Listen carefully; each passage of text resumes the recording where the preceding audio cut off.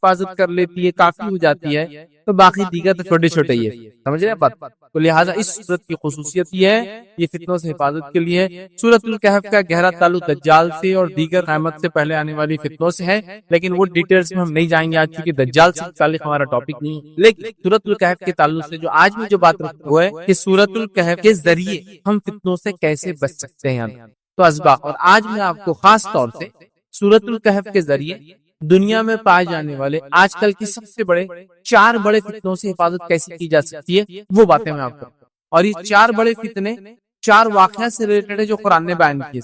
یہ 4 بڑے فتنے جس سے سورۃ الکہف کیسے ذریعہ بن سکتی ہے ان فتنوں سے حفاظت کے لیے، کیسے سبق لے سکتے ہیں ان فتنوں سے حفاظت کے لیے، تو وہ 4 واقعات ہیں۔ 4 واقعات 4 مختلف جس کو کہیں گے چیزوں کے تعلق سے، اور ان مختلف چیزوں کو اگر ہم دیکھیں اس کا الٹ دیکھیں تو فتنوں کے تعلق سے، تو 4 بڑے فتنوں سے ہم کیسے محفوظ رہ سکتے ہیں اگر سورۃ الکہف کی 4 واقعات کو اگر ہم سمجھ لیتے ہیں۔ تو آئیے سورۃ الکہف سے جو اسباق ہم لیں گے، اور جو فتنوں سے حفاظت یا فتنوں کے دور میں سورۃ الکہف سے جو اسباق لیں گے، اور وہ 4 خاص فتنے جس کے اندر انسان ملوث ہو کے اپنے آپ کو برباد کرتا ہے، دنیا اور آخرت برباد کرتا ہے، وہ چاروں فتنوں کے تعلق سے سورۃ الکہف کیا سبق دیتی ہے، وہ 4 فتنے ہم دیکھیں گے۔ تو پہلا فتنہ جو ہم دیکھیں گے انشاءاللہ جس کے اندر کی کیا سبق ملتا ہے اس فتنے کے اندر، وہ ہے دین اور ایمان کا فتنہ، مطلب دین اور ایمان کے معاملے میں آپ فتنے میں پڑ جائے، مشکل میں پڑ جائے، یہ ہم دیکھیں گے، اور اس کے لیے ہم سورۃ الکہف کا واقعہ لیں گے، اصحاب کہف کا واقعہ۔ دوسرا ہم دیکھیں گے انشاءاللہ مال و دولت کا فتنہ، اور اس کے تعلق سے سورۃ الکہف سے ہم سبق حاصل کریں گے وہ 2 باغ والوں کے واقعے سے۔ تیسری نصیحت ہم اس سے لیں گے علم کا فتنہ، اور علم کے فتنے کے معاملے میں ہم اس سے سبق لیں گے موسیٰ علیہ السلام اور خضر علیہ السلام کے واقعے سے۔ اور چوتھا سبق جو ہم لیں گے اس سورت سے آج انشاءاللہ جس وہ ہوں گا عہد کا، منصب کا، عہدے کا، بادشاہت کا فتنہ، اور اس معاملے میں ہم جو ذوالقرنین کی زندگی سے جو ہے اس واقعے سے جو سورہ کہف میں اس سے نصیحت اور سبق حاصل کریں گے۔ تو 4 قسم کی فتنے ہم دیکھیں گے، اور چاروں قسم کی فتنے کے اندر ہم جو ہے سورہ کہف کو کیا نصیحت کرتا ہے وہ دیکھیں گے۔ اور یہ 4 بہت بڑے بڑے فتنے ہیں، ایسے بڑے بڑے اور خطرناک فتنے جو انسان کی دین اور دنیا دونوں برباد کر دیتے ہیں، یاد رکھیں بہت ہی خطرناک فتنے۔ تو اگر سورۃ الکہف سے یہ سبق ہم لے لیں جس کے تعلق سے نبی اکرم صلی اللہ علیہ وسلم نے فرمایا کہ ہر جمعہ سورۃ الکہف کو پڑھنا چاہیے، ہم کو جو ہے نصیحت کی کہ ہر جمعہ جو ہے سورۃ الکہف کو پڑھنا چاہیے۔ روایت میں فرمایا جو سورۃ الکہف کو پڑھتا ہے تو اس جمعے سے لے کر جو جمعہ اگلا آنے والا ہے اس کے بیچ یہ نور ثابت۔ سورۃ الکہف کی تلاوت ایک صحابی کر رہے ہیں اور ان کا جانور بدک رہا ہے، ہنہنا رہا ہے، انہیں ڈر لگ رہا ہے کہیں وہ زیادہ بدکے اور ہنہنائے، بڑا ہوتا ہے نا ڈر جاتا ہے، آپ گھبرا کے جلدی سے اپنا تلاوت ختم کرتے ہیں، آسمان کی طرف دیکھتے ہیں تو ایک بادل، نبی اکرم صلی اللہ علیہ وسلم مجلس میں جا کے خدمت جا کے بتاتے واقعہ تو آپ نے فرمایا وہ سکینت تھی۔ سورۃ الکہف نور ہے 2 جمعہ کے بیچ میں، سورۃ الکہف کی 10 آیتیں دجال کی فتنے سے حفاظت کا ذریعہ، جو کہ زمین و آسمان جب سے بنے اس کا سب سے بڑا فتنہ ہونے والا ہے۔ یہ فتنہ کیا ہے اگر دیکھنا ہے تو میرا تفصیلی عنوان دجال کا خروج جو ہے وہ آپ ضرور دیکھیں، یہ عنوان میں نے بہت ڈیٹیل میں اس فتنے کو لیا، ٹھیک ہے، تو اس کا ہے۔ اسی طرح سورۃ الکہف کی 10 آیتیں دجال کی فتنے سے حفاظت ہے، تو پتہ چلا یہ سورت کی خصوصیت ہے، سب سے بڑے فتنے اور فتنوں سے انسان اس سے بچ سکتا اگر اس سورت کو پڑھے، اس کو سمجھے۔ چلیے آئیے جو میں 4 ٹاپکس آپ کے سامنے رکھوں گا، جو 4 فتنے رکھوں گا اور سورۃ الکہف کیسے سبق دیتی رکھوں گا، اس چاروں کے اندر انشاءاللہ جس میں 3 پوائنٹس آپ کے سامنے رکھوں گا، اور 3 پوائنٹس میں ایکسپلین کرنے کی کوشش کروں گا کہ یہ فتنے میں سورۃ الکہف سے یہ 3 سبق ملے، اور یہ فتنے میں سورۃ الکہف سے یہ 3 سبق ملیں گے۔ تو ہر فتنے کو لیں گے اور اس سے سورۃ الکہف سے 3 سبق لیں گے، لیکن یہ بات میں وضاحت کر دوں اور پہلے بتا دوں یہ 3 اسباق ہی سے یا یہ 4 سبق ہی سورت سے نہیں ملتے، کئی سبق ہیں بھائی اس سورت کے اندر۔ تو میں نے سیلیکٹیولی 4 واقعات کو چنا اور 4 فتنوں کا رد میں یا اس سے سبق یا نصیحت میں بتا رہا ہوں، لیکن قرآن کی صورتوں کو آپ پڑھتے چلے جائیے۔ قرآن ایک سمندر ہے، یاد رکھیے، اور سمندر کے اندر علماء لکھتے ہیں جیسے سمندر سے ہر کسی کو کچھ نہ کچھ فائدہ ہے، کچھ لوگ سمندر کے اطراف میں گھوم کے پھر کے اس کی ٹھنڈی ہوا کا فائدہ اٹھاتے ہیں، کچھ لوگ سمندر کے اندر تیر کر اس کا فائدہ اٹھاتے ہیں، کچھ لوگ سمندر میں صرف تیر کے نہیں اس میں غوطہ لگا کے اس کے ڈیپتھ میں جا کے فائدہ اٹھاتے ہیں، اور کچھ لوگ اس کی گہرائیوں میں جا کر اس کے اندر کی خزانے تلاش کر کے لاتے ہیں، سمجھ رہے؟ تو لہٰذا بہت اسباق ہے، میں نے کہا نا ہر آیت اور ہر لفظ ایک سبق لیے ہوئے، بٹ اتنا ٹائم تو ہمارے پاس نہیں ہے کہ ہم پوروں کو دیکھیں، تو ہم موٹے 4 اسباق 4 فتنوں میں نصیحت حاصل کریں۔ اور میں نے جیسا کہا یہ ایسے 4 بڑے فتنے ہیں جو دین اور دنیا کو برباد کرنے کے لیے کافی۔ ایمان کا فتنہ، کوئی ایمان میں فتنے میں پڑ جائے تو دنیا اور آخرت خراب۔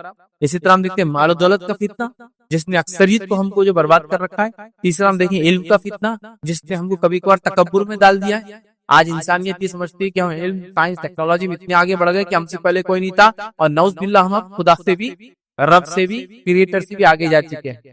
وہ ایسا سوچ رہے کیا ایسا ہو سکتا ہے کہ نعوذ باللہ بنانے والا ایسا کر سکتا ہے؟ یہ تو ہماری خصوصیت ہے۔ اسی طرح ہم دیکھیں گے عہدے، منصبی اور جو ہے بادشاہت کا جس کو ہم کہیں گے، مطلب لیڈرشپ اگر آپ کو مل جاتی ہے، عہدہ مل جاتا ہے، تو فتنے میں انسان پڑ جاتا ہے، اپنی دنیا خراب کرتا ہے لوگوں کی حق مار کے، ظلم کر کے، اور اپنی آخرت خراب کرتا ہے، چونکہ اس کے عمل برباد ہو جاتے ہیں جب لوگوں کا حق مارتا ہے اور ان پر ظلم کرتا ہے۔ چلیے آئیے ہر فتنے کے اندر تین نکات رکھوں گا۔ پہلا دیکھیں گے دین اور ایمان کا فتنہ، اس معاملے میں سورۃ الکہف کیا سبق دیتی ہے۔ دین و ایمان کی فتنے کے تعلق سے جیسا میں بتاؤں گا آپ کو، میں اصحاب کہف کا واقعہ رکھوں گا، کیونکہ اس واقعے کے اندر دین و ایمان کے فتنے میں وہ لوگ پڑ گئے تھے، اور انہوں نے کیسا اپنی نفس کو بچایا، پھر رب العزت نے کیسی ان کی مدد کی، اور پھر کیا ان کے ساتھ وہ رکھوں گا۔ لیکن یہ بتا دوں ہر واقعے کو بہت شارٹ میں رکھوں گا، ٹو شارٹ۔ وجہ یہ کہ اگر سورۃ الکہف کے واقعات کی اگر ہم دیکھنا شروع کر دیں، اتنے پیارے پیارے، اتنے بہترین، اتنے نصیحت والے یہ واقعات ہیں جس کی کوئی انتہا نہیں۔ اصحاب کہف اتنا انٹرسٹنگ واقعہ ہے جس کی کوئی انتہا نہیں یاد رکھی، اور اتنے نصیحتیں اس میں، نصائح جس کو کہیں گے موجود ہے۔ ہر واقعہ ایسی ہے، لیکن میں شارٹ نہیں، بہت شارٹ۔ کسی کو تفصیلات میں جانا ہے تو سورۃ الکہف کو اٹھائے، جہاں ہر جمعہ ہم اس کی تلاوت کرتے ہیں، اگر نہیں کرتے تو شروع کر دیں، اور اگر تلاوت کرتے ہیں تو ہر جمعہ کوشش کریں کہ ترجمہ بھی اس کا پڑھنا شروع کر دیں، ٹھیک ہے؟ تو بہرحال آپ کو ڈیٹیل سے واقعے سننے کو ملیں گے، میں بہت شارٹ۔ چلیے آئیے اصحاب کہف کا واقعہ کیا ہے۔ اصحاب کہف کا واقعہ بہت سرسری طور سے شارٹ میں یہ ہے کہ چند نوجوان تھے جن کی تعداد اللہ ہی بہتر جانتا ہے کہ وہ 9 تھے اور اس سے زائد کتنے تھے اور اس سے کم کتنے، ٹھیک ہے، لیکن مختلف اقوال ملتے ہیں۔ تو وہ اصحاب کہف میں ہوا یہ کہ چند نوجوان تھے جو ایمان لائے تھے۔ روایتوں کے مطابق آتا ہے کہ یہ روم کے کسی شہر، جو کہ اس زمانے میں یہ شہر ترکی کے اندر کوئی شہر ہوا کرتا تھا، واللہ عالم، کیونکہ ساری چیزیں اننون ہیں، کوئی فیکٹس ہمارے سامنے نہیں ہے، اللہ نے واقعے کو بیان کیا، ہم اس پر ایمان لاتے ہیں، ٹھیک ہے، لیکن بتایا جاتا ہے، روایتوں میں آتا ہے، صحابہ کے، تابعین کے، تبع تابعین کے اقوال ہے، بہرحال مفسر۔ تو ترکی کا کوئی شہر تھا جو اس زمانے میں رومی حکومت کا حصہ ہوا کرتا تھا، ٹھیک ہے، اور اس کے اندر چند نوجوان تھے جو ایمان لائے تھے۔ روایتوں میں کہا جاتا ہے کہ اس زمانے کا جو بادشاہ تھا اس کا نام ڈیسیس تھا، ڈیسیس، یا اس کو عربی میں کہتے ہیں دقیانوس، ٹھیک ہے، اور اسی سے لفظ اردو میں دقیانوس آتا ہے، جو پرانے خیال کا ہوتا اور اپنے آپ کو بدلنا نہیں چاہتا، ٹھیک۔ تو کنگ ڈیسیس وہ ایک بادشاہ ہوا کرتا تھا، اور اس کا ایک زمانہ تھا، اور وہ اپنے آپ کو الہ اور معبود اور پتہ نہیں کیا کیا سمجھتا تھا، اور روایتوں کے مطابق جو بات سمجھ میں آتی ہے واقعہ عیسائیت سے پہلے کا ہے، مطلب یہ لوگ جب یہودیت، مطلب اسلام تھا، لیکن جب ان لوگوں نے اپنے آپ کو اب یہود کہہ دیا، یہ اس زمانے کا بات ہے۔ موسیٰ علیہ السلام کی شریعت اس زمانے میں رہی ہوں گی، اور بادشاہ جو تھا وہ جو ہے رومی بادشاہ تھا، تو اس کا مذہب جو بھی ان کے زمانے میں ان کا میتھیکل ریلیجن ہوتا ہے، مائتھولوجیکل ہوتا ہے، خاص جو بہرحال مذہب ہوتا ہے، اس ٹائپ کا اس کو کوئی مذہب رہا ہوگا بہرحال، اور وہ اپنے آپ کو بادشاہ یا تو رب سمجھتا تھا یا رب کا ریپرزینٹیٹیو سمجھتا تھا اپنے آپ کو دنیا میں، بہرحال وہ اپنے آپ کو بہت بڑی طاقت سمجھتا تھا، اور وہ لوگوں کو اسلام پر چلنے سے، ایک اللہ کو ماننے سے انکار کرتا تھا، اور لوگوں کو اس پہ ایمان لانے سے روکتا تھا۔ اور اس زمانے میں چند نوجوان مل کر ایمان لائے۔ جب ایمان لائے تو روایتوں میں آتا ہے کہ ان کے شہر میں کوئی میلہ ہوا کرتا تھا، میلے کے لیے لوگ بستی سے باہر جاتے تھے، یہ نوجوان بستی سے باہر گئے اور سب مل کے جمع ہو گئے۔ اس میں سے ایک نوجوان نے کہا کہ ہمارے دل میں کوئی ایسی بات ہے، کچھ چیزیں ہیں جو شاید ہم کو ایک دوسرے کو بتا دینی چاہیے۔ مطلب یہ کہ وہ نوجوان فردن اللہ کو مان چکے تھے، دل میں ایمان لا چکے تھے، وہ با ایمان ہو چکے تھے، لیکن ان کو یہ نہیں پتا تھا کہ اور کون اس جیسا ہے۔ لیکن جب وہ بستی سے باہر، جب وہ مذہبی کوئی تہوار ہوا کرتا تھا، لوگ نکلے، یہ نوجوان بھی اس میں نکلے، لیکن وہ تہوار میں نہیں گئے اور جنگل میں کہیں رک گئے۔ تو ان کو ایسا لگا کہ شاید ہمارے دل میں کوئی ایسی بات ہے جو لوگوں کے پاس ہم نہیں بول سکتے، لیکن ابھی بول سکتے ہیں۔ اور پھر سب نے ایک کے بعد ایک بولنا شروع کیا، اور سب نے اظہار کیا کہ ہم ایک اللہ پر ایمان لاتے ہیں جو کہ کائنات کا بنانے والا ہے، وہ رب ہے، وہی سچا ہے، وہی معبود ہے۔ یہ بادشاہ اور یہ دنیا میں جتنے معبودان لوگوں نے پتھر مٹی دیگر چیزوں کے بنائے ہیں، سب باطل ہیں۔ جب انہوں نے ایک دوسرے کے سامنے اظہار کیا، جب اظہار کیا تو ان کو لگا رہے ہم آپ اکیلے نہیں ہیں، وی آر اے کمیونٹی، ایک ٹیم ہے ہم لوگ، ایک وفد ہے، ایک جو ہے چھوٹی سی ٹکڑی اور جماعت ہے۔ اور انہوں نے اپنے آپ کو ایکسپلین کیا، اور ان کے ساتھ ایک کتا بھی تھا، یاد رکھیے، وہ ہو سکتا ہے شکاری کتا رہا ہو، شکار کے لیے جنگلوں میں لوگ جاتے تھے، حفاظت کے لیے استعمال کرتے تھے، بھیڑیوں سے بچنے کے لیے، اسی طرح ریچھ وغیرہ سے بچنے کے لیے، تو ان کے ساتھ ایک کتا بھی تھا، یاد رکھیے۔ اب وہ سفر میں جب گئے، جب لوگوں سے اظہار کیا، لوگ پتا چلا کہ وہ سب ایمان والے، لیکن ان کو ڈر ہوا کہ اب ایمان کے تعلق سے کیا کریں۔ وہ لوگ وقت کے بادشاہ کے پاس گئے، انہوں نے اس کو دعوت دی۔ اب یہ بادشاہ تھا یا اس علاقے کا گورنر تھا، واللہ عالم، جو بھی تھا ذمہ دار، اس کو دعوت دی۔ دعوت دینے کے بعد اس نے کہا کہ تم اپنے آپ کو سدھار لو، اپنی اصلاح کر لو، ایک رب کو ماننا چھوڑ دو، ورنہ تمہارے ساتھ برا انجام ہوگا، اور میں تمہیں تھوڑی سی مہلت دیتا ہوں، اپنے آپ کو سدھار لو اور واپس آ کے جو عقیدے پہ ساری دنیا اور جس پر میں ہوں اس پر ایمان لاؤ۔ اب یہ نوجوان وہاں سے نکلے، تھوڑا جو مہلت ملی تھی، انہوں نے مہلت کو غنیمت جانا اور سوچا بستی سے ہم نکل جاتے ہیں، اور بستی سے نکل کر یہ دور چلے گئے۔ جنگل میں جانے کے بعد سوچا کیا کرے، وقت کا بادشاہ تو یہ کرے گا، نہیں مانے تو مار دیں گا پھر ہم کو، یہ تو ہم کو غنیمت مہلت ملی، رب العزت نے دے دی کہ اس نے یہ کہا کہ تم اپنے آپ کو سدھار لو، ون چانس، ایک چانس میں تم کو دیتا ہوں. کیونکہ نوجوان کچھ لوگوں نے لکھا کہ ان کو اس لیے نہیں مارا گیا، اور عام آدمی ہوتے تو مار دیے جاتے، یہ سرداروں کے بیٹے تھے، لیڈرز کے بچے تھے، مطلب جیسا کہ کنگ کے پاس جو وزیر وغیرہ، واللہ اعلم، بہرحال اس نے نہیں مارا، ایک مہلت. یہ لوگ بستی سے نکلے، اب سوچا کیا کریں گے، اور سوچا کہ چلو گفا میں جا کے بیٹھ جاتے. ایک گفا دیکھی، گفا میں جا کے بیٹھ گئے، اور بیٹھنے کے بعد اللہ رب العزت نے کہا کہ اللہ رب العزت نے ان کے کان بند کر دی اور ان پر نیند طاری ہو گئی، اور اس کے بعد وہ سو گئے، لیکن کھلی آنکھ کے ساتھ سوئے. کھلی آنکھ کے ساتھ سوئے مطلب اللہ نے ان کے دین و ایمان کو بچانا سوچا، اور بچانے کا یہی طریقہ تھا کہ اس زمانے کو گزرنے دیا جائے. اور اس زمانے کے لوگوں کا عقیدہ یہ بھی تھا کہ دوبارہ تو انسان اٹھنے والے نہیں ہے، یاد رکھیے. لہٰذا ان کو سلا دیا گیا، اور سلایا ایسا گیا کہ ان کا کتا جو ہے چوکھٹ پہ بیٹھا تھا، مطلب باہر بیٹھا تھا گفا، ایسا بیٹھا جیسے شکاری کتے بیٹھتے ہیں، اور یہ لوگ جو اندر سوئے تھے تو پلٹتے بھی تھے، سورج نکلتا اور ڈوبتا بھی تھا، اور یہ لوگ الٹ پلٹ بھی ہوتے تھے، ایک جیسے نہیں سوتے تھے کہ زمین کھا جائے، کروٹیں لینا جس کو کہتے ہیں وہ لیتے تھے. اور خصوصیت یہ تھی کہ ان کی آنکھیں کھلی تھی، یہ آنکھیں بند کر کے نہیں سوئے تھے، آنکھیں کھلی تھی، اس لیے قرآن نے کہا کہ اللہ نے ان کے کانوں پر پردہ ڈال دیا، سن نہیں پاتے تھے کچھ، آنکھیں کھلی تھی کہ اگر دیکھنے والا آ کر دیکھے تو اللہ نے ان کے اندر ایک ہیبت ڈال دی تھی. ہیبت سمجھتے ہیں، خوف ڈال دیا، ڈر ڈال دیتے کہ لوگ ان کو دیکھتے اگر غلطی سے آ بھی گئے پر ہو جاتے، تو کسی کو بتا بھی نہیں پاتے تھے کیا دیکھا، کہاں دیکھا، کیا دیکھا، مطلب اللہ نے حفاظت کی. اور کتے کے تعلق سے علماء لکھتے ہیں اس کو بھی ایسا رکھا کہ وہ بھی جاگتا رہتا تھا، مطلب وہ بھی سویا ہوا تھا، لیکن وہ بھی ایسا ہوتا کہ ایک آنکھ کھلی رکھ کے بیٹھا تھا، پھر وہ ایک آنکھ بند ہوتی دوسری کھل جاتی، مطلب وہ سو رہے تھے، کانوں پہ پردہ تھا، لیکن لوگوں کو دکھتا تھا وہ جاگ رہے ہیں. کتا بھی ایسا تھا کہ ایک آنکھ کھلی رکھتا، دوسری بند کرتا، دوسری کھلی، آٹومیٹک سسٹم چلتا تھا. اور ہیبت اللہ نے ان کے دلوں میں ڈال دی تھی تاکہ کوئی لوگ آتے تو وہاں سے بھاگ جاتے تھے. یہ سوئے رہے اور سوئے رہے، لمبا زمانہ سوتے رہے. ایک زمانے کے بعد اٹھے، اٹھنے کے بعد ایک دوسرے سے پوچھا کتنا سوئے، کسی نے کہا دن کا کوئی ایک حصہ سوئے ہوں گے، چلو نکلتے ہیں. سب نے مل کر کہا دیکھو خاموشی سے نکلو یہاں سے، یہ پیسے لو، کچھ پیسے ان کے پاس تھے، چلو جا کے کھانے پینے کا سامان لے کے آؤ شہر سے. ایک کو طے کیا کہ تم جاؤ گے، وہ آدمی نے پیسے لیا اور چھپاتے شہر کے پاس پہنچا. جب شہر کے پاس پہنچا تو دیکھتا ہے کہ شہر میں تو ایسا کچھ بھی نہیں ہے جو اسے چھوڑ کر گیا تھا. اس کو لگتا ہے وہ پاگل ہو گیا، دیوانہ ہو گیا، یا وہ خواب دیکھ رہا ہے دن کے اندر. اب آپ کچھ سوچیے کوئی سو گیا، اور روایتوں میں آتا ہے عبداللہ ابن عباس رضی اللہ عنہ اور دیگر لوگوں کے قول ہے کہ وہ شاید 309 سال سوئے تھے، 309 ایئرز، سمجھ رہا، تو 309 سال سوئے تھے، واللہ اعلم، پھر بھی ہم نہیں جانتے، تو 309 سال سوئے تھے. اب آپ سوچئے کہ سمجھ لیجئے آج سے 300 سال پہلے کا اورنگ آباد شہر، اس کے بعد کوئی سو کے اٹھ کے آج آ رہا، اب ایڈوانسمنٹ آج سمجھے 300 سال پہلے کا تو اورنگزیب کا زمانہ ہے، تو شہر بن رہا ہے اورنگ آباد، اور آج اٹھ کے آ رہا، کیا مطلب کیا تبدیلی دیکھیں گے اس کے. تو اب 300 سال ہو گئے، اس کو لگا یہ دیوانہ ہو گیا، آدمی پاگل ہو گیا، اس کو خواب دکھ رہے دن میں، چیزیں بدل گئی، حالات بدل گئے، گھر بدل گئے، عمارتیں بدل گئی، لباس بدل گیا، رہن سہن بدل گیا، دکانیں بدل گئی. پھر چھپتے چھپاتے دکان میں گیا، سکہ نکال کے بولتا ہے کھانے کچھ دو. دکاندار نے سکہ لے کے دیکھا، دوسروں کو بلایا، ادھر یہ کیا سکہ، یہ سمجھ نہیں آ رہا کہاں سے لا لی انہوں نے. تو ان کو لگا ان کو کوئی خزانہ ملا، تو یہ کیا کر رہا ہے، سے خزانے میں سے جا کے لا رہے. اس نے کیا کیا، بات ہوئی، اور بات ذمہ داروں تک گئی، بات وقت کے بادشاہ تک گئی، اور وقت کا بادشاہ بتایا تھا کیوڈوس اس کا نام تھا، لیکن وہ اسلام قبول کر چکا تھا، وہ مسلم تھا، واللہ اعلم. بہرحال وہاں جاتے ہیں، وقت کے بادشاہ کو بتاتے، وقت کا بادشاہ کہتا ہے کہ یہ کہاں سے ملے. پھر وہ لڑکا بتاتا ہے کہ ایسا ایک گفا ہے، وہاں ہمارے اور بھی دوست ہیں، ہم لوگ ایسے سوئے تھے، سو کر جب اٹھے تو یہ حال ہے. لوگوں میں یہ بات مشہور تھی کہ چند نوجوان ایمان لائے تھے آج سے کچھ 100 سال پہلے، لیکن وہ کبھی نہیں ملے کانگو میں، مشہور تھے واقعہ.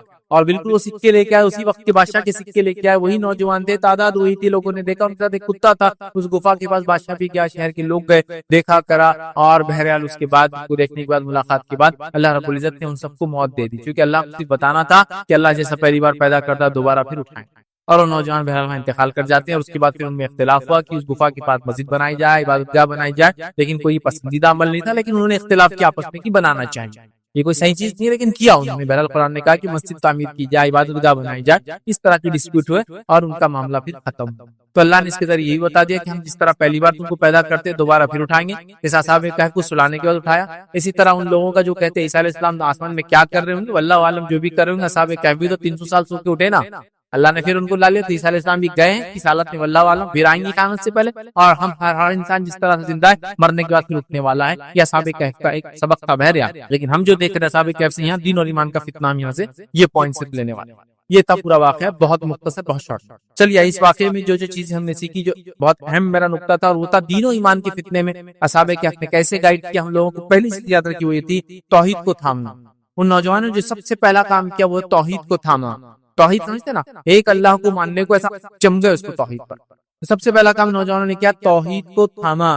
تو میں گزارش کروں گا اصحاب کہف نے جس طرح سے ایمان لانے کے بعد توحید کو تھام لیا، ہم تمام لوگ بھی توحید کو تھام لیں. جس کو توحید مل گئی اس کو دنیا مل گئی، اس کو آخرت مل گئی. جس کو توحید نہیں ملی اس کی دنیا برباد ہوگی، اس کی آخرت برباد ہوگی. میری باتوں کو کان کھول کر سب سنیے. توحید سب سے اہم چیز ہے، یاد رکھیے، اس کے علاوہ کچھ نہیں. توحید کی نعمت، توحید کی دولت، توحید سے بڑی کوئی چیز دنیا میں نہیں. یاد رکھیے، ایک اللہ کو ماننا، اسی کی عبادت کرنا، اس کے اسماء و صفات پر ایمان لانا، ٹھیک ہے، اور اسی کو رب اپنا تسلیم کرنا، یہ سب سے بڑی دولت ہے اگر کسی کو ملی ہے توحید کی ملی. توحید اصحاب کہف سے جو پہلا واقعہ دین اور ایمان کے فتنے سے بچنے کا ہمیں سیکھنے کو ملتا ہے.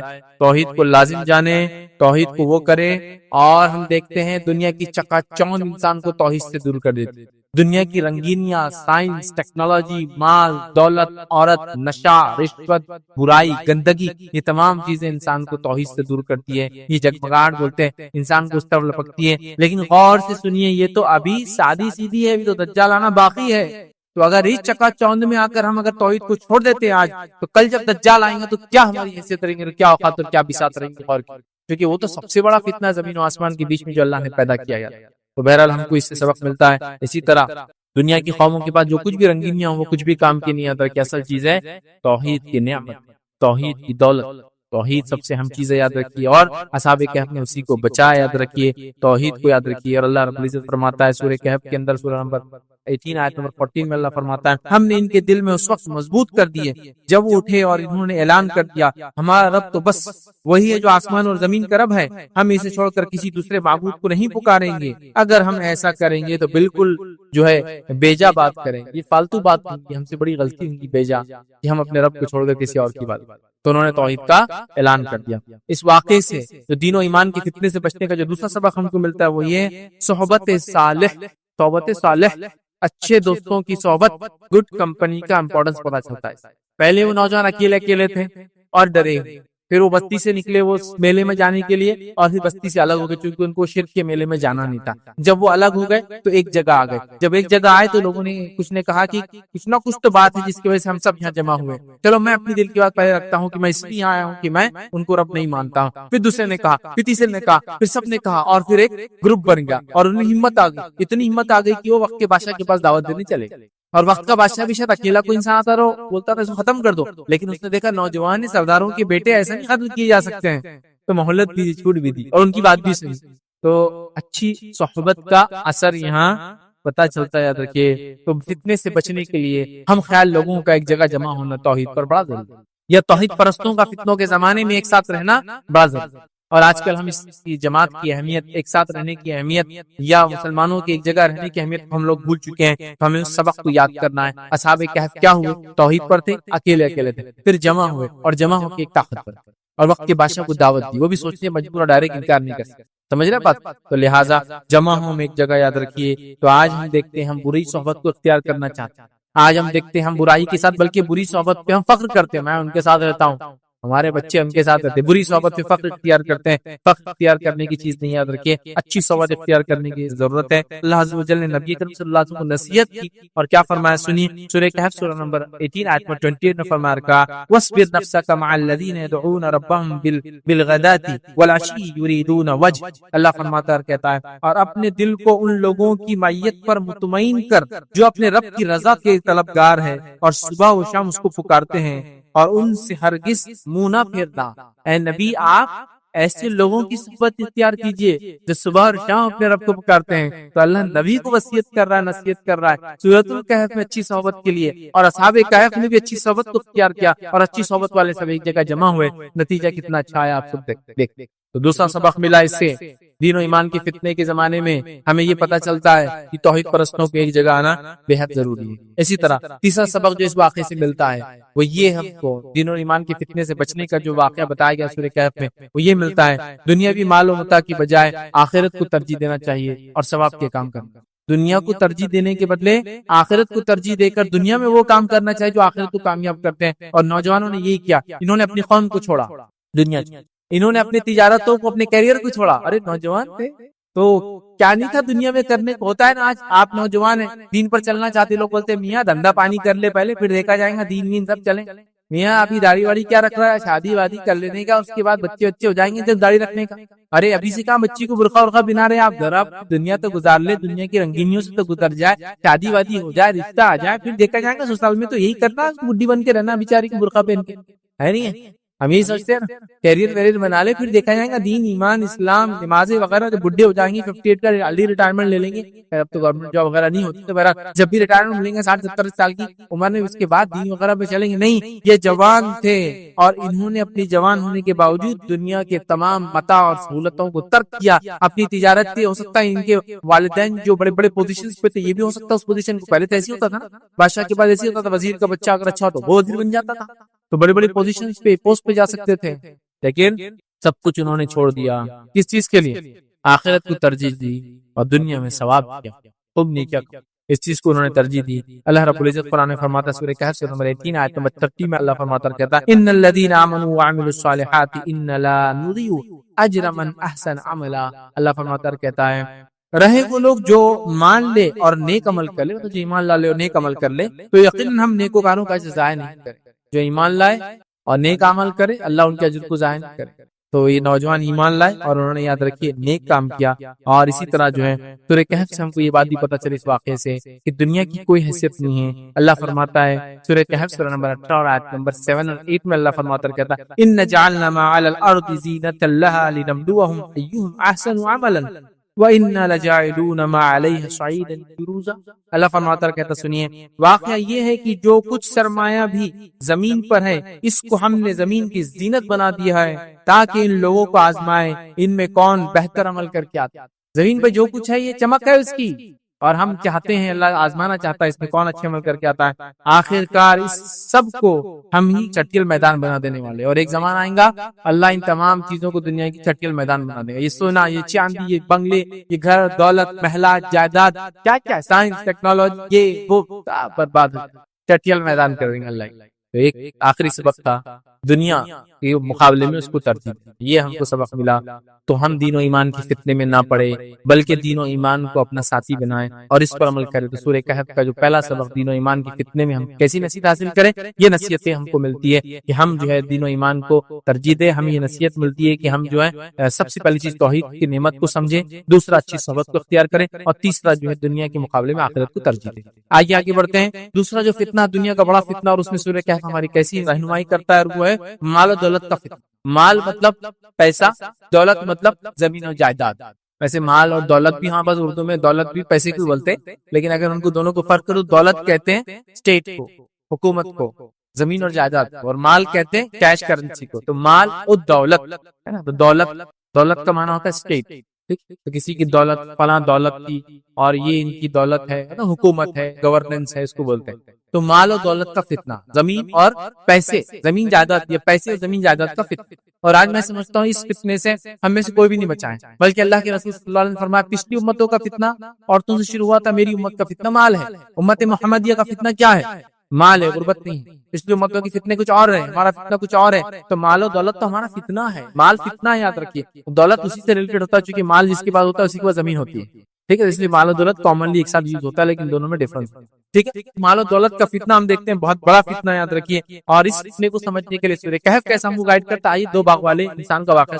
ایک انسان تھا جو کافر تھا، اور ایک انسان تھا مومن تھا. کافر مالدار تھا، مومن غریب تھا، سماج کا نچلا حصے میں اس کو کاؤنٹ کیا جاتا تھا. یہ دونوں کا ایک واقعہ قرآن نے بیان کیا. میں بہت شارٹ میں اس واقعے کو رکھتا ہوں، پھر آگے ہم اس سے نصیحت لیں گے. واقعہ یوں ہے کہ ایک انسان تھا، اس کے دو باغ تھے. باغ کیسے تھے؟ اس کے باغ کی کیفیت بھی اللہ رب العزت نے بیان کی. دو باغ ہے، ایک ادھر اور ایک ادھر باغ، اور باغ کے بیچ میں نہر بہہ رہی ہے، اور باغ کے بیچ کے اندر دونوں طرف کھجوروں کے جھاڑ ہے، اور بیچ میں انگوروں کا باغ ہے، اور اس کے بیچ میں ہر چیز لگی ہوئی ہے، اور بیچ میں سے بالکل عین باغ کے بیچ میں سے نہر جاتی ہے، اور اس کے بیچ میں چھوٹی چھوٹی نہریں اس نے لے رکھی ہے، اور آرام سے اس کا باغ چلتا ہے. اور مطلب وہ مالدار انسان ہے، اس کے پاس پھل بھی ہے، روپیہ بھی ہے، پیسہ بھی ہے، اور دولت ہے، جائیداد بھی ہے. یہ ایک دن اپنے باغ کی طرف چلتا ہے اس غریب مسلمان کے ساتھ یا غریب ایمان والے کے ساتھ، اور یہ چونکہ اسٹیٹس والا ہے اور وہ بیچارہ کمتر ہے، اور چلتے چلتے تین باتیں کہتا ہے. پہلی چیز کہتا ہے کہ مجھے لگتا ہے میرا باغ تو کبھی ختم ہی نہیں ہوگا. دوسرا کہتا ہے کہ میں دوبارہ اٹھائے نہیں جاؤں گا، آخرت کا انکاری، مرنے کے بعد کی زندگی نہیں مانتا ہے کہ میں دوبارہ نہیں اٹھاؤں گا، ان کو ڈاؤٹ ہے اس میں ایسا ہو سکتا ہے. اور تیسری بات کہتا ہے اگر اٹھایا بھی گیا تو جیسا یہاں اسٹیٹس والے لوگوں میں ہوں وہاں بھی اسٹیٹس والوں میں رہوں گا، تمہارے جیسے لوگوں کے ساتھ نہیں رہوں گا. مطلب جیسا یہاں جو کچھ ملا ہے جنت، جنت مطلب باغ کا کیا باغ جیسا ملا ہے، تو اگر دوبارہ اٹھایا گیا بھی، پہلے تو مانتا نہیں ہوں میں، لیکن اگر اٹھایا گیا بھی تو مجھے ایکسپیکٹڈ ہے کہ میرے ساتھ اچھا ہی سلوک ہوگا جیسا دنیا میں ہوا۔ 3 باتوں کا دعویٰ۔ اب دوسرا آدمی بولتا ہے کہ کسی بات کرتے ہو، اللہ رب العزت نے تم کو پیدا کیا اور تم اس طرح سے رب العزت کا انکار کرتے ہو، اور وہ اس کو نصیحت کرتا ہے، واز کرتا ہے کہ آخرت پر ایمان لاؤ اور یہ کرو، اللہ ہم کو پیدا کرنے والا، اللہ ہمارا رب ہے، لیکن وہ اس بات کو نہیں مانتا ہے، اور ایک دن جب وہ اپنے باغ میں پہنچتا ہے تو اس کا باغ پورا کا پورا برباد ہو جاتا ہے، ختم ہو جاتا ہے اور کچھ بھی نہیں بچتا۔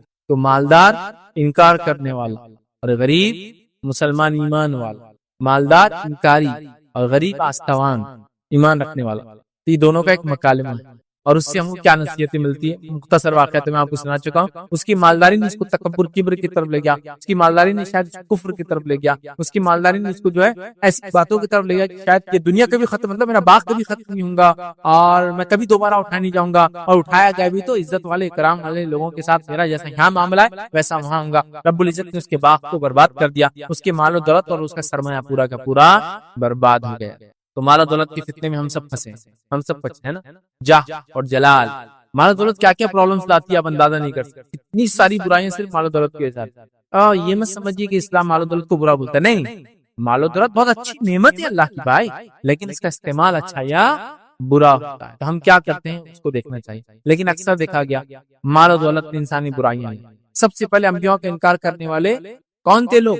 قرآن کا مطالعہ کیجیے، جو اس قوم اور بستی کے مالدار اور اثر والے لوگ تھے، پوزیشن والے لوگ تھے، سب سے پہلے انکار کیا انہوں نے ایمان کا، اور ایمان لانے والوں میں سب سے پہلی جماعت کون سی ہوا کرتی؟ غریب لوگوں کی، غلاموں کی، اور سماج میں جو نچلے طبقے تھے وہ سب سے پہلے ایمان۔ تو میں نے اس لیے کہا کہ مال و دولت کبھی کبھی بہت بگاڑ، بہت بگاڑ، یہاں تک کہ دین و ایمان کا بگاڑ۔ تو مال و دولت کی فتنے سے ہمیشہ پناہ مانگنا چاہیے، مال و دولت حلال روزی کی دعا ہمیشہ کرتے رہنا چاہیے، خوب حلال مال کمانا چاہیے، اسے زکات دینا چاہیے، صدقات اور خیرات کرنا چاہیے، لیکن مال کی فتنے سے ہمیشہ پناہ مانگنا چاہیے۔ تو آئیے کہف کی اس واقعے سے مال و دولت کے کیسے فتنے سے کیا نصیحتیں ملتی، کیا اسباق ملتے، وہ آپ کے سامنے رکھتا۔ آئیے، جب اللہ آپ کو دوسروں سے زیادہ نوازے، دوسروں کو کمتر اور حقیر نہیں سمجھنا چاہیے۔ پہلا نصیحت کیا ملتی ہے؟ اس مالدار انسان کو جو اللہ کا انکار کرتا تھا، آخرت کا انکار کرتا تھا، اللہ نے مال و دولت زیادہ دیا تھا، اس نے اپنے آپ کو تکبر کیا اور اس آدمی کو کیا سمجھا؟ چھوٹا سمجھا۔ کیا بولا تھا اس نے؟ اگر اٹھایا بھی گیا تو جیسا یہاں ویسا رکھا جاؤں گا، تحقیر نہیں سمجھ۔ تو سب سے پہلی نصیحت ہے، جب اللہ دوسروں سے زیادہ آپ کو مال و دولت دے تو کسی کو حقیر نہیں سمجھنا۔ مال و دولت اللہ کی ایک سمپل ایک نعمت۔ مسلمانوں میں تو ایک کہاوت مشہور ہے، پیسہ ہاتھ کا میل مانتے ہیں، آیا اور گیا۔ دیکھیں ہاتھ پہ کتنا بھی میل لگا، کتنا بھی میل لگے گا، اتنا ڈھیروں میل لگے، کالے ہاتھ ہو گئے، صرف پانی کے نیچے ہاتھ ڈال کے یوں کرنا شروع کرو، تب بہ کے چلا جاتا، پسینہ آ جائے ہاتھ میں، میل نکل کے چلا جاتا، پھر ہاتھ جیسے کہ اچھے ہو جاتے ہیں نا۔ تو میل بھائی آتا اور چلے جائے، یہ اتنا بے وفا ہے کہ کسی کے پاس ٹکا نہیں آج تک، ادھر سے ادھر ایسا چھلانگی مارتا ٹرانسفر ہوتا ہے۔ کبھی کبھار دیکھ کی لائف میں آپ کسی کی بادشاہت تو اس کی فقیری بھی دیکھتے، میں مثالیں دینا نہیں چاہتا ہوں، وقت نہیں اتنی مثال، بہت بے وفا، لیکن یہ وہ خطرناک دوست ہے جس کو لوگ بناتے ہیں، جو سب سے زیادہ برباد کرتا ہے ہمارا ایمان اور عقیدہ اور تکبر، بڑائی اور کیا کیا یہ برائی لاتا، میرے پاس وقت نہیں بولنے، بہت برائی ہے نا۔ سب سے پہلا کام، میرے پاس مال و دولت ہے، کبھی دوسروں کو حقیر نہیں سمجھنا۔ یہ مالدار انسان نے جو اللہ کا انکار کر رہا تھا، آخرت کا انکار کر رہا تھا، اس نے سمجھا مال و دولت سب کچھ ہے، اور ایک ایمان والے کو حقیر سمجھا۔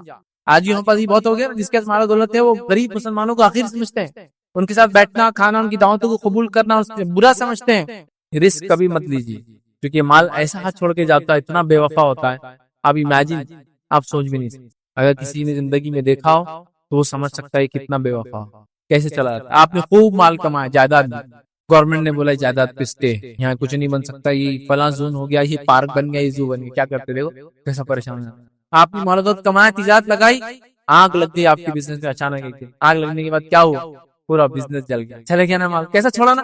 کبھی کوئی سوچ سکتا ہے کہ تاجر جس کا کروڑوں پتی ہے، اس کا تجارت میں وہ ہے، اور اچانک آپ نے مال و دولت جانوروں کی شکل میں خوب بڑا کی، فارم ہاؤس سے، اور یہ، اور اچانک بیماری اور پورے جانور مر کے چلے، کیسا تم دوسرے دن کیسا ہوتا نا۔ آپ نے انویسٹمنٹ کیا بہت زبردست کمپنی میں، ایسی کمپنی جو ٹاپ میں جا رہی تھی دنیا کے اندر، اور اچانک کل کولیپس آ گیا، کیا ہو جاتا؟ آج کا کروڑپتی کل کا بھکاری ہو۔ ایک ایسا، یہ بہت خطرناک ساتھی ہے، ایسا ساتھ چھوڑتا ہے چٹکی میں۔ تو بہرحال، تو کسی بھی انسان کو کمتر مت سمجھیے، اگر میرے پاس مال سمجھے آپ، کبھی بھی تکبر نہ آنے دیجیے۔ اللہ کی نعمت ہے، جب اللہ چاہتا ہے دیتا ہے، جب چاہے چھین لیتا ہے۔ جیسے باغ والوں کو نوازا تھا اللہ تعالیٰ نے، ہے نا، پہلے انسان اس نے کیا کیا یاد رکھیے، نوازنے کے بعد اس نے غلط سلط باتیں کہی، انکار کیا اللہ کا اور اس کو حقیر سمجھا اور دوسرے مسلمان کو۔ اسی طرح جو ہے آج لوگ ساری زندگی کمائی کے لیے کوشش کرتے یاد رکھتے اور اپنا ایک سٹینڈرڈ مینٹین کرتے ہیں، اور اس سٹینڈرڈ کو مینٹین کرنے کے بعد یہ سمجھتے ہیں کہ اس کے علاوہ جو لوگ رہتے وہ حقیر ہے، وہ کمتر ہے، وہ کمزور ہے، وہ بیکار ہے، وہ ناقص ہے، بلکہ کبھی کبھار تو رشتہ رکھنے کے لائق نہیں ہوتے۔ ارے یار میں تو بہت مالدار ہو گیا لیکن میں بہت ڈپریس ہوں، کیوں؟ میرے رشتہ اتنے غریب ہے یار، میرے ابا کو دیکھو اتنے غریب، میرے اماں کو دیکھو اتنے غریب، میرے بھائیوں کو دیکھو، میرا پورا اسٹیٹس ڈاؤن ہو جا رہا ہے، کیا کروں؟ توڑ دے سب سے رشتہ، توڑ دے، نہ گاؤں جاتا اپنی، نہ ماں باپ کو دیکھتا، نہ بھائیوں کو، اس لیے کہ یار کیسے غریب بھائی بہن کیسے ہو سکتے ہیں میرے؟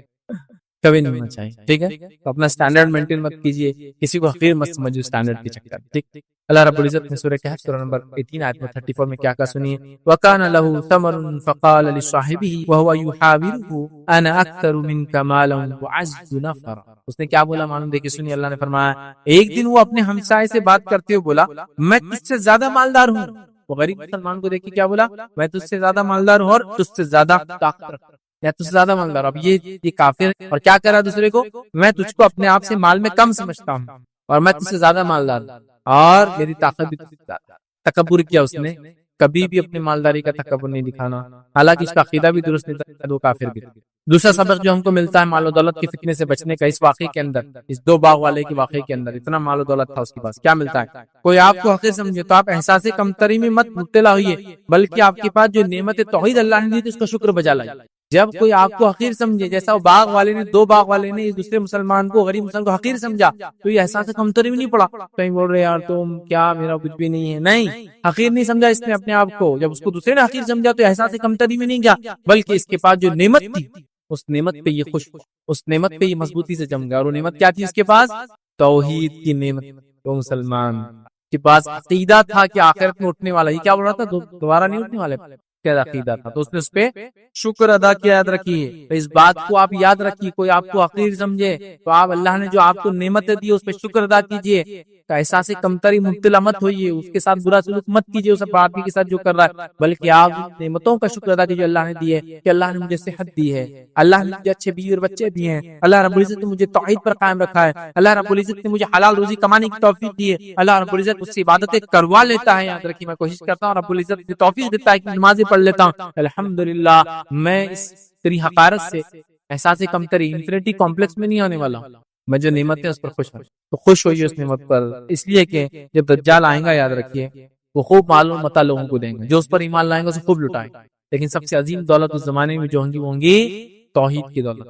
اور ایک نوجوان توحید پرست جس کے پاس دجال آئیں گا، ہاں دجال آئیں گا اور کہیں گا مجھ پر ایمان لاتا ہے، وہ کہیں گا ایمان نہیں لاتا، تو وہ کیا کریں گے؟ بولو آرے سے ان کے دو ٹکڑے کریں گے، پھر دجال جڑانے کے بعد بولیں گا کیا مجھ پر ایمان لاتا ہے؟ دیکھ تجھے مار دیا تھا، زندہ کیا، تو وہ کہیں گا اب تو میں اللہ کے رسول صلی اللہ علیہ وسلم جو باتیں بتائی اس پر اور زیادہ ایمان لاتا ہوں، کیونکہ مجھے بتا دیا کہ حدیث میں تو ایسا کرنے والا ہے، میں اور زیادہ ایمان لاتا ہوں۔ پھر دجال تلوار اٹھائیں گا اور اسی گردن میں ماریں گا، اللہ تعالیٰ اس کی گردن کو تانبے کی گردن بنا دیں گا، پھر اس نوجوان کو مار نہیں سکتے۔ تو اس دجال کے سامنے بھی جو چیز اس کو بچائیں گی تو اگر کوئی آپ کو حقیر سمجھے، حقیر جانے، تو آپ کو اس کو ریٹیلیٹ نہیں کرنا، اس کو برا نہیں بولنا ہے، آپ کی نعمتیں جو اللہ نے دی اس پر آپ شکر بجا لائیے۔ کہ وہ کہہ رہا ہے تم اتنے غریب فلاج بھکاری کیا زندگی جیتے گا، تم کیسے جیتے؟ الحمدللہ جو رب کھلاتا ہے کھا کے، یہ نہیں کہ تو کیا امیر، تیری مال کیا لانگ لگے تیری مال و دولت نہیں، کچھ بھی نہیں بولنا، جو میرے کو اللہ دیا کھاتا پیتا اور خوش، توحید کے بعد اللہ نے نوازی ہے، میرے بیوی بچے ایمان والے، بڑا خوش، سمجھے آپ بات؟ تو بہرحال تو کوئی آپ کو حقیر سمجھے، احساس کمتری مت جائیے، جو نعمت اللہ نے دی خاص توحید وغیرہ اس کا شکر ادا کیجیے۔ تو اس شخص نے وہ کیا، یاد رکھیے۔ اور اللہ رب العزت کیا فرماتا سورہ کہف سورہ نمبر 18 آیت نمبر 37-38 میں اللہ نے کیا فرمایا سنیے، قال له صاحبه وهو يحاوره اكفرت بالذي خلقك من تراب ثم من نطفة ثم سواك رجلا لكن هو الله ربي ولا اشرك بربي احدا۔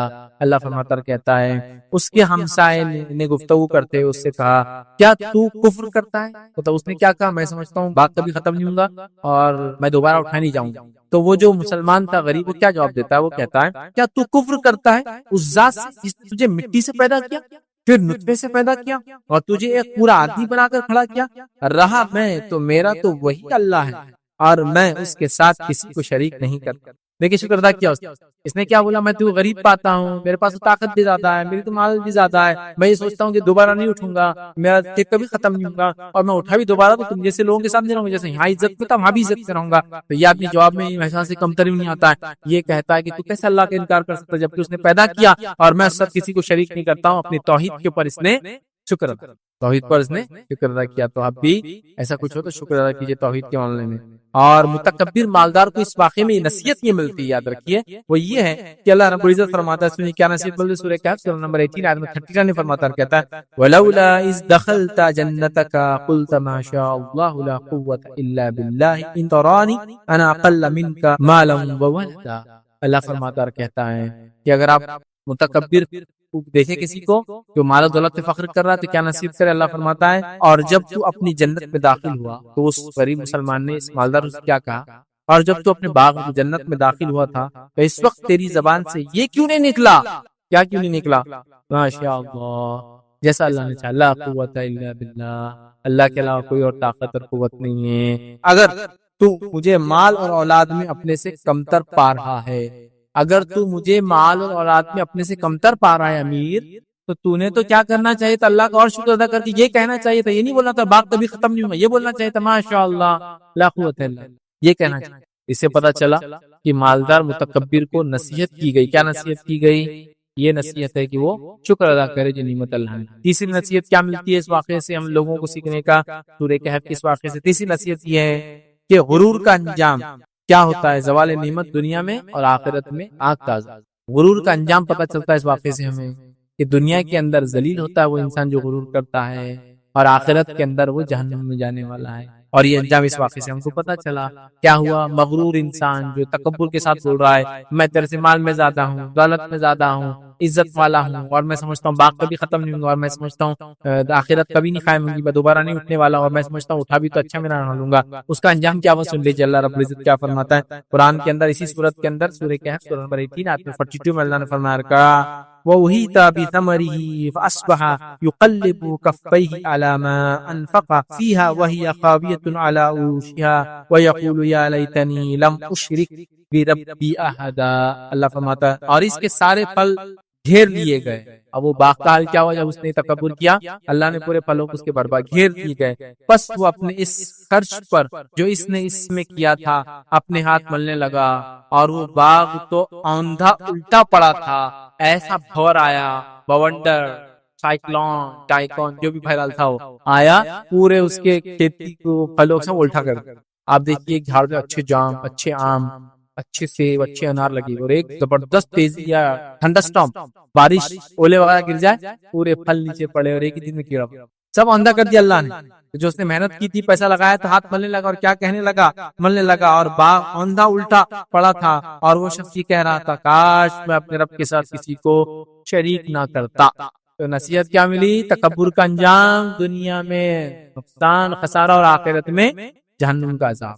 تو یہ دوسرا سبق تھا اس سورت سے, سورہ کہف سے, جو ہم نے حاصل کیا, اور بڑا اہم سبق. آئیے سورۃ الکہف سے تیسرا سبق جو ہم حاصل کریں گے آج, اور جو بڑا فتنہ ہے اس فتنے سے بچنے کا وہ ہے علم کا فتنہ. علم کے فتنے سے ہم کیسے بچیں سورۃ الکہف کے پس منظر میں دیکھیں گے. اور علم کا فتنہ بہت خطرناک فتنہ ہے. جیسے میں نے کہا سائنس ٹیکنالوجی میں انسانیت نے اتنا ایڈوانسمنٹ کر لیا کہ انسان نعوذ باللہ یہ سوچ رہا ہے کہ ہم سب کچھ کر سکتے ہیں. سب کچھ مطلب سب کچھ, ہمارا کوئی کریٹر نہیں, ہم خود اپنے آپ کے کریٹر ہے, ہمارا کوئی خالق نہیں, ہم خود اپنے آپ کو ہم بنانے والے, اور ہم پیدا کر سکتے ہیں چیزوں کو, ہم بنا سکتے ہیں. سائنس ٹیکنالوجی ہم اتنے آگے جا رہے ہیں, یہ کر سکتے ہیں, وہ کر سکتے ہیں, وہ کر سکتے ہیں, وہ کر سکتے ہیں, اور یہ سوچ رہا ہے کیا خدا کچھ کام باقی ہے. خدا نے بنایا اور بستی کو, دنیا کو چھوڑ دیا, اب سب کچھ ہم کر دیں, بلکہ ہم اور ایڈوانس جا رہے ہیں. یہ رہا ایک عام بات. دوسرا اس میں ان کے فتنے میں یہ لے سکتے ہیں وہ لوگ جن کو اللہ نے علم دے رکھا ہے, سائنسدان وغیرہ وغیرہ وغیرہ, ایسے جو لوگ ہوتے ہیں وہ بھی اپنے علم کے فتنے میں نہ پڑے, اپنے آپ کو عاجز رکھیں. تیسری چیز یہ پتہ چلتی ہے کہ وہ لوگ جو دین کا علم رکھنے کا دعویٰ کرتے ہیں وہ لوگ بھی اس فتنے میں نہ پڑے کہ مجھے اگر دین کا علم ہے یا اللہ نے کچھ مجھے تھوڑا بہت علم دے رکھا ہے تو میں بہت کچھ, یا ہر قسم کا جس کے پاس علم ہے وہ فتنے میں نہ پڑے اس کے, بلکہ اللہ سے دعا کرے کہ اللہ اس علم کو میرے لیے نفع بخش بنائے, اور میں جو علم رکھتا ہوں اس پر میں بعمل رہوں. سمجھ رہے بات. تو لہٰذا علم کا فتنہ بڑا خطرناک فتنہ ہے. اس دور میں فتنہ اتنا بڑھ چکا ہے کہ لوگ ملحد ہو رہے ہیں, اللہ کا انکار کر رہے ہیں اس علم کی وجہ سے, ہے نا. سائنس ٹیکنالوجی میں نے سیکھ لی, اب میں رب کو نہیں مانتا, نعوذ باللہ, تو لوگ انکاری بن رہے ہیں. لوگ علم حاصل کر کے متکبر بن رہے ہیں، سائنسدان متکبر، ڈاکٹر صاحب اتنے متکبر کی لوگوں سے بات بھی نہیں کرتے، تکبر کی بنیاد پہ کم بات کرتے ایک الگ بات ہے، مصروفیت کیسے نہیں کرنے لگا، لیکن متکبر، ارے یار چھوٹے موٹے لوگ کیا بات کریں گے، میری بات کیا سمجھ رہا بات، یا میں دینی عالم ہوں، عالم ہوں، تھوڑا بہت علم ہوں، تھوڑا بہت اچھا تقریر دیتا ہوں، تو میرے میں اتنا تکبر آ گیا کہ میں لوگوں سے نہیں ملتا، لوگوں کو حقیر سمجھتا اپنے آپ سے، تو علم ہے نا بیس کو بناتے، علم بہت بڑا فتنہ اگر اس کا صحیح استعمال نہ ہو، ہمیشہ علم کے فتنے سے اللہ سے پناہ مانگنا چاہیے، علم حاصل کرنا چاہیے اور کبھی بھی تکبر نہیں کرنا چاہیے جو علم ہمارے پاس ہے۔ تو آئیے اس کے لیے ہم سورہ کہف سے کیا واقعہ لے سکتے ہیں، موسیٰ علیہ السلام کا واقعہ ہم لیں گے اور اس سے سیکھیں گے کہ ہم کیسے بچ سکتے ہیں۔ موسیٰ علیہ السلام کا واقعہ کیا ہے، بہت مختصر بیان کرتا ہوں۔ موسیٰ علیہ السلام اور خضر علیہ السلام کا واقعہ۔ موسیٰ علیہ السلام ایک بار بنی اسرائیل کو خطبہ دے رہے تھے، بنی اسرائیل میں سے کسی نے پوچھا کہ اے موسیٰ، دنیا کے اندر سب سے زیادہ علم والا انسان کون ہے؟ موسیٰ علیہ السلام کو لگا کہ میں وقت کا برگزیدہ نبی ہوں، اور اول العزم پیغمبر جو گزرے ہیں یاد رکھیے وہ 5، نوح علیہ السلام، ابراہیم علیہ السلام، موسیٰ علیہ السلام، عیسیٰ علیہ السلام اور محمد صلی اللہ علیہ وسلم، یہ 5 برگزیدہ پیغمبر گزرے۔ تو موسیٰ علیہ السلام کو لگا کہ میں ہی ہوں گا، تو آپ نے کہہ دیا میں ہوں، میرے پاس سب سے زیادہ علم۔ اللہ رب العزت نے کہا، کیونکہ اللہ رب العزت یہ چاہتا تھا، حدیث کے اندر الفاظ آتے ہیں کہ جو موسیٰ علیہ السلام سے بھی سوال ہوتا آپ نے کہنا چاہیے تھا اللہ سب سے زیادہ علم والا، تو اللہ نے ان کی پکڑ کی موسیٰ علیہ السلام، یہ اللہ نہ بولتے، موسیٰ نے یہ کہا کہ میں سب سے زیادہ علم والا ہوں، چلو جاؤ موسیٰ تم کیا کرو، نکلو ایک سفر پر اور جاؤ ہمارے ایک بندے کے پاس جس کو ہم نے علم دے رکھا ہے، دیکھو ذرا تم نے یہ کہا تم کے سب سے زیادہ علم، جاؤ ذرا۔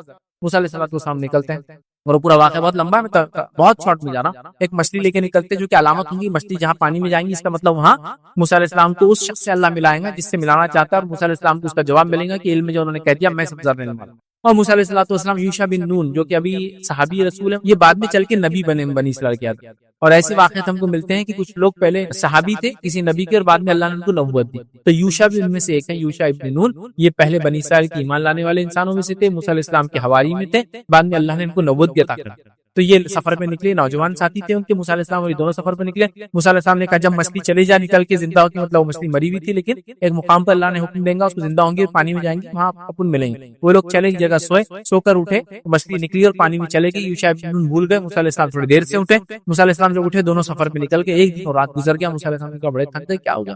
کہا چلو کچھ کھاتے، جب کھانے کے لیے کھولا تو کہا ارے میں بھول گیا، مچھلی تو نکل کر چلے گئی تھی اور شیطان نے مجھے بھلا دیا۔ موسیٰ علیہ السلام نے کہا کوئی بات نہیں، ہم واپس ریٹرن جائیں گے، ریٹرن گئے، اس مقام پہ پہنچے جہاں مچھلی نے سوراخ کر کے پانی میں گئی تھی، وہاں انتظار کرے اور وہاں آئے خضر علیہ السلام۔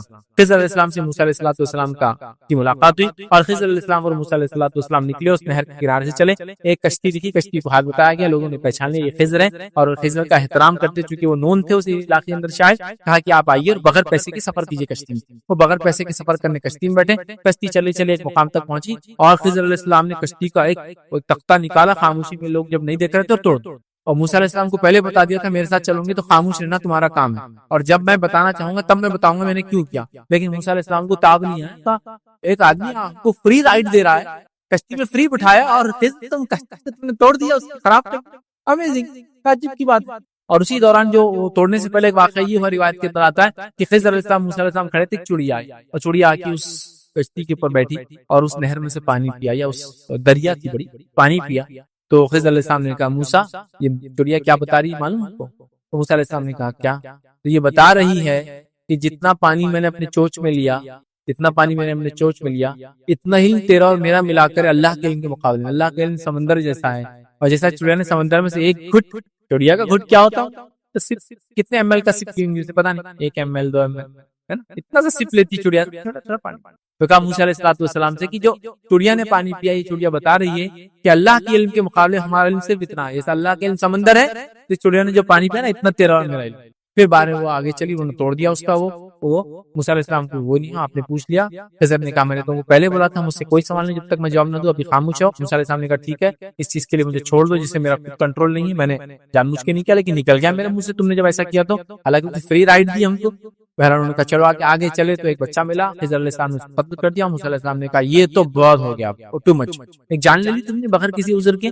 خضر نے کہا دیکھو میں نے تم سے پہلے ہی کہا تھا ساتھ چلنا، تو خاموش رہنا، کہا ٹھیک ہے میں خاموش رہنے کی کوشش کروں گا۔ آگے بڑھے تو ایک بستی میں گئے، بستی میں جا کے کھانا مانگا، بستی والوں نے کھانا نہیں دیا، تو وہاں ایک دیوار پہ گرنے پہ ٹیڑھی ہو گئی، تو خضر علیہ السلام نے دیوار کو سیدھی کر دیا۔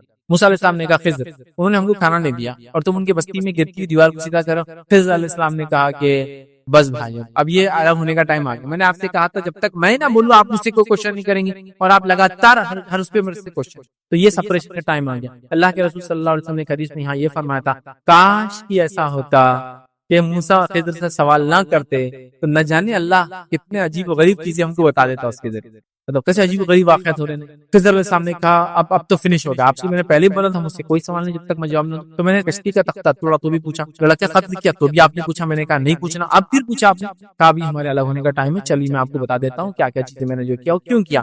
پہلا میں نے تختہ اس لیے توڑا اس کشتی کا کہ اللہ نے مجھے بتا دیا تھا بذریعہ وہی کہ ایک بادشاہ ہے جو اچھی کشتیوں کو قبضے میں لے رہا ہے, تو میں نے کشتی کا تختہ توڑ دیا جس سے پانی اندر آیا. جب یہ کشتی وہاں پہنچی ہمارے اترنے کے بعد جب بادشاہ نے اس کو پکڑا, جب دیکھا کشتی پھٹی ہوئی تو اس نے اس کشتی کو چھوڑ, تو گویا میں نے اس کے فائدے کے لیے کام, ورنہ اس کی کشتی اس کے ہاتھ سے بادشاہ کیا کرا تھا قبضہ کر دیا. قبضہ بادشاہ زبردستی لے لیتے چیزوں کچھ پیسے اس کے بدلے.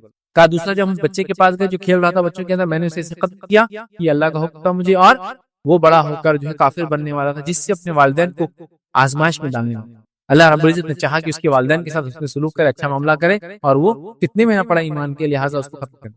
اس کے بعد تیسری جگہ جب ہم پہنچے, دیوار جو گرنے کی تھی وہاں ایک خزانہ تھا 2 یتیم بچوں کا, اور اللہ چاہتا تھا کہ ان یتیموں کے بڑے ہونے کے بعد وہ خزانہ ملے. دیوار گر جاتی تو خزانہ نکل جاتا, اللہ نے مجھے حکم کیا, میں نے دیوار بنا دی. ابھی دیوار تب تک اچھی رہیں گی انشاءاللہ جب تک کہ بچے بڑے ہوں, اس کے بعد یہ گر جائیں گے. اور یہ اس لیے کہ اللہ تعالیٰ نے یہ اس لیے چاہا کہ ان کے والد نیک انسان تھے. اس سے پتہ چلا اگر والدین نیک تو بچوں کو اس کا اجر ملتا ہے, کیونکہ والدین نیک. کہا یہ ہمارے الگ ہونے کا ٹائم ہے. یہ باتیں تھی, حکمتیں تھی جو اللہ نے مجھے بتائی جو تمہیں نہیں دیا گیا تھا. پتہ چلا جو موسیٰ علیہ السلام کو علم تھا وہ خضر علیہ السلام کے پاس نہیں تھا, جو خضر کو علم تھا موسیٰ علیہ السلام کے پاس نہیں تھا, اور موسیٰ علیہ السلام کو اللہ نے نصیحت کر دی کہ موسیٰ تم کو ہر چیز کا علم نہیں ہے, تم سے یہ سوال ہوا تھا کہ علم کس کو سب سے زیادہ, تم نے بات میری طرف نسبت کرنا تھا, تو تم نے کیا کیا, یہ کہا کہ مجھے ہے, یہ تمہاری غلطی تھی. اور موسیٰ علیہ السلام سمجھ گئے کہ اللہ رب العزت کو علم ہے, اور اللہ رب العزت سر چشمہ علم کا, تمام علوم اسی سے آتے ہیں. انسانیت نے تمام علم دنیا اور کائنات کا حاصل کر لیا تو اس چڑیا کی ایک گھٹ کے برابر ہی ہوگا جو سمندر سے اس نے پیا ہے. سمندر میں کوئی کمی آتی ہے اس سے, بس اتنا ہی علم ہے انسانیت کے پاس جو ٹوٹل وہ حاصل کریں گے اللہ رب العزت کے علم کے مقابلے. ارے اللہ کا علم تو چھوڑو, اللہ کے صرف نام صفات آپ لکھنے بیٹھیں گے تو اللہ فرماتا ہے کہ پورے جھاڑ اگر قلم بنا دیے جائے اور پورے سمندر سیاہی بنا دی جائے تو بھی اللہ کے کلمات ختم نہیں ہوں گے, حتیٰ کہ اس کے بیکنگ میں 7 اور سمندر لا کے ڈال دیا جائے تو بھی ختم نہیں ہوں گے. اتنی حکمت ہے اللہ رب العزت, اتنا علم اللہ رب العزت. انسانیت کچھ بھی نہیں ہے, تھوڑا بہت ہم کو جو ملا ہے یہ تو اللہ رب العزت نے اپنے حقیر بندے پہ نواز دیا. تکبر کس چیز کا ہے, اور عاجز ہو جانا کہ جو علم دیا اللہ بس عمل پیرا کر دے, ورنہ تو ناکام رہا. کتنے لوگ ہوں گے آخرت میں, تو واقعہ آپ کو یاد ہے جو اللہ کے نے فرمایا ایسے لوگ ہوں گے جو جہنم کے اندر لوگ جمع ہوں گے ایسا گھیراؤ کے ساتھ, اور وہاں وہ لوگ کیا کر رہے ہوں گے, گدھا یا کولو کے بیل جیسا یا گدھے کے جیسا ان کو گھمایا جا رہا ہوں. پوچھا جائے گا تم تو وہ لوگ ہو دنیا میں جو ہم کو اچھائی کا حکم دیتے تھے اور برائی سے روکتے تھے, اب تمہیں کیا ہو رہا ہے, تو کہا جس چیز کا تمہیں حکم دیتے تھے ہم خود عمل نہیں کرتے, اس کے نتیجے میں آج یہ سزا مل رہی, اس کے نتیجے میں جو ہے یہ سزا مل رہی. علم ہے بعمل ہونا, اس کی دعا کریں. چلیے اس واقعے سے کیا نصیحتیں ملتی ہے سورہ کہف کے, جس میں علم کا فتنہ جو میں ٹاپک لے رہا ہوں, اور کیسے علم کے فتنے سے ہم بچے, کیا نصیحتیں ملتی. پہلی نصیحت جو ہم کو ملتی ہے یاد رکھیے وہ یہ, اللہ ہی حقیقی علم سے خبردار ہے, اللہ ہی حقیقی علم کا سر چشمہ ہے, اللہ ہی کے پاس سے سارے علم آتے ہیں. اس بات کو سب سے پہلے تسلیم. جو کچھ ہم نے کیا, جو کچھ سائنسدانوں نے کیا, جو کچھ ہم کر سکتے ہیں مسلمان ہونے کے ناطے تو میں یہ کہہ رہا ہوں میں کچھ کر رہا ہوں, سائنس ٹیکنالوجی میں آگے بڑھ رہا ہوں, دنیا کچھ نفع بخش چیزیں دے رہا ہوں, یہ اللہ کے فضل سے میری کوئی خصوصیت اور خوبی نہیں ہے. تو پہلی چیز ہے اللہ ہی کی علم ہے. موسیٰ علیہ السلام کو اللہ نے خضر علیہ السلام کے پاس کیوں بھیجا, اس لیے کہ انہوں نے واللہ عالم کہنا چاہیے تھا سب سے پہلے تو, کہ اللہ ہی جانتا کس کو سب سے زیادہ علم ہے, وہ نہیں کہا اور دوسرا کہہ دیا میں نے میرے, اور اللہ نے کی پکڑ کی کہ موسیٰ کا کام تھا یہ کہنا کہ اللہ کو سب سے زیادہ. ٹھیک ہے, تو سب سے پہلی چیز ہے. دوسرا, لوگ اللہ کے علم و حکمت سے زیادہ آج کل کفاروں کے علم حکمت چال بازیوں کے تعلق سے پریشان رہتے ہیں. ان کی یہ چال ہے, ان کی وہ چال ہے, ان کی آرگنائزیشن کو 100 سال ہو گئے ان کی منصوبہ بندی ہے, یہ آرگنائزیشن 1100 سال سے چل رہی ہے ان کی منصوبہ بندی ہے, وہ فلاں آرگنائزیشن یہ کر رہی ہے تو فلاں آرگنائزیشن یہ کر رہی ہے, فلاں لوگوں کا منصوبہ پوری انسانیت کو جہنم میں لے جانے کا فلاں لوگوں کا منصوبہ ہے. ارے ان سب کے تمام منصوبے مل کے بھی کچھ نہیں کر سکتے, اس لیے کہ اللہ رب العزت کو اس کا علم تھا, تو اللہ رب العزت خود ان کو ان کی چال بازی میں پھنساتا ہے. اس کا مطلب یہ نہیں کہ میں کہہ رہا ہوں مسلمانوں کو ایک دم بھولی بکری بن کے کسی کے پیچھے بھی چلو, میں یہ نہیں کہنا چاہتا. بولنا یہ چاہ رہا ہوں کہ جو چال بازی کرنے والا کر رہا ہے رب العزت کو اس کا بھی علم ہے, اور اللہ رب العزت ان کی چال بازی سے امت کو بچائیں گا اگر امت توحید پر قائم رہے اور جس طرح سے اس کے نبی نے عمل کیا کرتے رہے, احکامات پہ عمل لائے, منع چیز کردہ چیزوں سے رکتی رہے, تو اللہ رب العزت کا کام ہے اس کی حفاظت کر سکتے. تو ہم لوگ بڑے اس کی تنظیم, یہ خفیہ تنظیم یہ کر رہی ہے, یہ آرگنائزیشن 100 سال سے یہ کر رہی, وہ آرگنائزیشن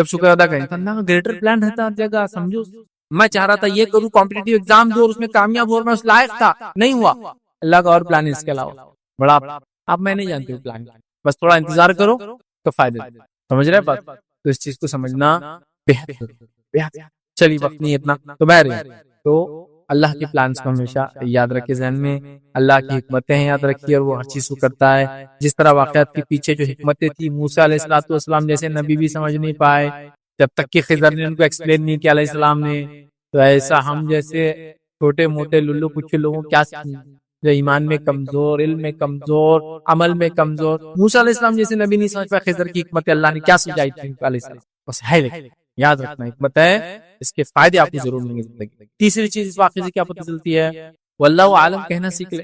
موسیٰ علیہ السلام کی اللہ نے کیوں پکڑ کی؟ موسیٰ علیہ السلام نے اللہ عالم کہنا چاہیے تھا اور یہ کہنا چاہیے تھا کہ اللہ کو علم ہے.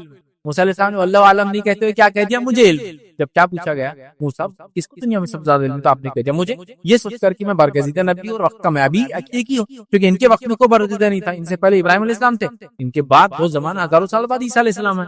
تو ان کا کام کیا تھا, واللہ عالم کہنا. تو واللہ عالم کہنا سیکھ لے. اس واقعے سے پتہ چلا اس لیے کہ ہم جتنا بھی علم رکھتے ہو کسی چیز کا, اس سے آگے بھی کچھ نہ کچھ علم ہوتا ہے. واللہ عالم یہ کہنا بہت اچھی چیز, اللہ بہتر جانتا ہے, کہنا سیکھ لے. جو نہیں معلوم اس پر کہنا واللہ عالم. موسیٰ علیہ السلام کو نہیں معلوم تھا کہ آپ نے کہہ دیا مجھے علم, تو اگر کہتے واللہ عالم تو مسئلہ ختم. تو واللہ عالم کہنا ہم سیکھے, یاد رکھیے یہ بڑی اہم چیز ہے. ضروری نہیں کہ تمام باتوں کا علم مجھے اور آپ کو ہو سکتا ہے جو چیز ظاہر دکھ رہی ہے اس کے اندر بھی کچھ نہ کچھ اللہ کی حکمتیں ہو, جو تبھی پتہ چلیں گے جب ہم یہ کہیں گے واللہ عالم, اللہ بہتر جانتا ہے, پھر اللہ انشاءاللہ جو چیزوں کو بتائیں. ٹھیک ہے. اسی طرح غیر ضروری مباحثوں میں نہیں پڑھنا چاہیے اور واللہ عالم کہہ کر باتوں کو ختم کر دینا چاہیے, یہ زیادہ اچھا ہے. غیر ضروری بحثوں میں ہم لوگ پڑھتے ہیں, دین کے مسائل میں, دنیا کی باتوں میں, دین میں زیادہ ہوتا ہے یہ. بہرحال ہم واللہ عالم کہہ کر اگر بچ جائے تو میں سمجھتا ہوں یہ زیادہ کافی ہوں. یاد رکھیے کیونکہ اصل نصیحت کو چھوڑ کر فضول بحثوں کے پیچھے ہم لوگ پڑے رہتے ہیں. آئیے سورہ کہف سورہ نمبر 18 آیت نمبر 22 میں اللہ نے کیا فرمایا, قل ربی اعلم بعدتہم ما یعلمہم الا قلیل. اصحاب کہف کے بارے میں اللہ کیا فرما رہا ہے کہ کہہ دو اے محمد صلی اللہ علیہ وسلم کہ میرا پروردگار ان کی تعداد کو بخوبی جانتا ہے. مطلب وہ کتنے تھے, 7 تھے, 5 تھے, 9 تھے, 11 تھے, 13 تھے,